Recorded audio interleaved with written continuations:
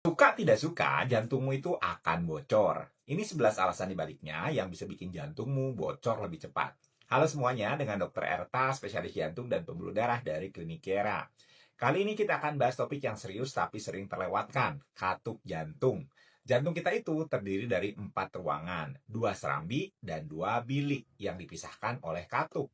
Nah, katup ini bekerja sebagai pintu satu arah, buka tutup, ribuan kali setiap hari supaya darah mengalir ke arah yang benar dan tidak mundur balik. Katup jantung itu ada 4, katup mitral, trikuspid, aorta, dan pulmonal.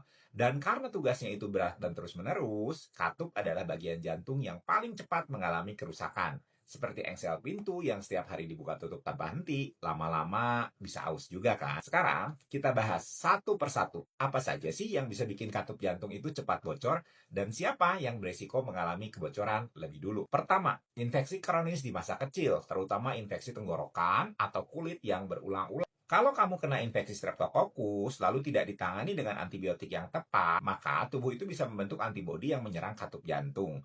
Inilah yang disebut sebagai demam rematik. Gejalanya mungkin muncul bertahun-tahun kemudian, tapi kerusakannya bisa permanen. Jadi, anak yang sering sakit tenggorokan, apalagi sampai demam tinggi, sebaiknya diperiksa dan ditangani dengan benar. Kedua, tekanan darah tinggi yang tidak terkontrol. Bayangkan katup itu seperti pintu rumah. Kalau pintunya itu tiap hari dibanting karena tekanan dari dalam rumah yang tinggi terus, ya cepat rusak. Tekanan darah tinggi memaksa katup bekerja melawan tekanan balik yang besar, sehingga bisa mengalami penebalan, kekakuan, dan akhirnya kebocoran. Ketiga, detak jantung yang terlalu cepat secara kronis. Ini bisa terjadi pada orang yang punya gangguan tiroid, sering konsumsi stimulan berlebihan, atau bahkan karena stres. Jantung yang terus berdetak di atas 100 kali per menit saat istirahat, misal antara 120 sampai 140 kali per menit bahkan saat istirahat, itu ibarat mobil yang terus digeber tanpa rem. Katup yang bekerja di dalamnya pasti akan lebih cepat aus. Keempat, penggunaan zat-zat tertentu seperti narkoba atau obat stimulan yang tidak sesuai indikasi. Zat-zat ini memicu jantung berdetak lebih cepat dan lebih kuat dari normal, membuat katup bekerja ekstra keras dalam jangka panjang. Akhirnya, kerusakan mekanis pun terjadi. Kelima, kadar kolesterol yang tinggi. Banyak orang mengira kolesterol itu hanya masalah pembuluh darah. Padahal, lemak dan kalsium itu juga bisa numpuk di katup jantung, menyebabkan pengapuran. Katup yang awalnya lentur jadi kaku seperti pintu yang berkarat. Dan kalau kaku, tentu tidak bisa menutup sempurna alias bocor. Keenam, obesitas. Berat badan berlebihan itu membuat jantung harus memompa lebih banyak darah untuk memenuhi kebutuhan tubuh. Beban jantung akan meningkat, detak jantung cenderung lebih cepat, dan katup pun dipaksa bekerja lebih keras setiap hari. Dalam jangka panjang, ini bisa mempercepat kerusakan katup. Ketujuh, olahraga ekstrim yang dilakukan terlalu sering tanpa istirahat yang cukup. Misalnya, lari maraton berkali-kali dalam seminggu, atau latihan angkat beban berat tanpa kontrol. Jantung yang dipacu terus-menerus dalam zona yang tinggi itu bisa menyebabkan peregangan ruang jantung dan penarikan pangkal katup, sehingga menimbulkan kebocoran. Kedelapan, kesehatan gigi dan mulut yang buruk. Gigi berlubang dan infeksi pada gusi itu bisa menjadi sumber infeksi yang menyebar ke aliran darah, lalu menempel di katup jantung dan menyebabkan endokarditis.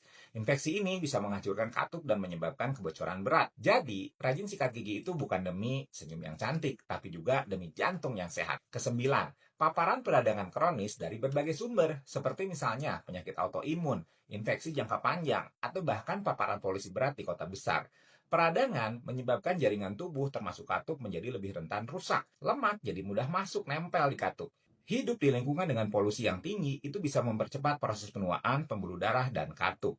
Ke-10, detak jantung yang terlalu jarang diistirahatkan alias kurang tidur kronis. Kurang tidur itu menyebabkan stres sistemik, meningkatkan denyut jantung basal, dan memicu peradangan kronik yang pelan-pelan ikut mempercepat kerusakan jaringan, termasuk katup jantung. Ke-11, faktor usia. Suka tidak suka, seiring bertambahnya umur, jaringan tubuh akan mengalami keausan, termasuk jantung. Katup jantung yang bekerja ribuan kali dalam sehari sejak kita dalam kandungan tentu tidak bisa selamanya tetap lentur dan merapat. Sama seperti mobil yang udah dipakai 20 tahun, mesinnya akan bermasalah. Katup di jantung kita pun akan aus. Semakin tua usia, semakin mungkin katup itu mengalami kerusakan. Orang yang 60 tahun kemungkinan besar katupnya udah mulai bocor, tapi nggak bergejala. Tapi kalau usianya udah sampai 90 tahun, hampir semuanya katupnya itu bermasalah. Tapi saya ingatkan ya, gaya hidup sehat itu bisa memperlambat proses ini secara signifikan. Jadi, siapa yang katup jantungnya duluan bocor? Bisa siapa saja. Anak kecil yang sering infeksi, orang muda yang tekanan darahnya itu tinggi, berat badannya berlebih, olahraga yang terlalu ekstrim, itu bisa. Sampai lansia yang mengalami kausan alami juga bisa mengalami kerusakan katup jantung. Siapa yang bisa menjaga katup jantung tetap sehat lebih lama? Nah, itu pilihan kita. Yuk, share video ini ke teman-teman atau keluarga agar makin banyak orang sadar bahwa menjaga katup jantung itu bukan soal nanti, tapi soal hari ini. Karena jantung yang baik adalah jantung yang pintunya tetap rapat sampai tua. Mau tes jantung lengkap dari EKG, echo, sampai treadmill, semua ada di Klinik Kiera.